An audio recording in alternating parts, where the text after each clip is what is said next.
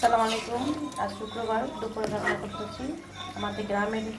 দেখেন গ্রামের সিমসিলার উপায় আছে, পাতলা একবারে অনেক। আর হলো আপনার পড়াশোনাটা দেখানো হয় নাই, একটু কাজে ব্যস্ত ছিলাম। কাজে ব্যস্ততার কারণে আমার এটা দেখানো হয় না। এখন আমি ফুলকপি আলু আলু দিই আজকে। ফুলকপি আর হলো পুঁই শাকের ফুল বিচি আর রুই মাছটা দিয়ে দিচ্ছি এখন। আমার তরকারি কালারটা কেমন লাগছে আপনাদের কাছে? একটু চুলার গ্যাসটা কমায় দিচ্ছি। ঝোলটা নিয়ে গেলে এটা খাওয়া ঝোল দিয়ে একটু মজা খেতে, শীতের দিন তরকারি।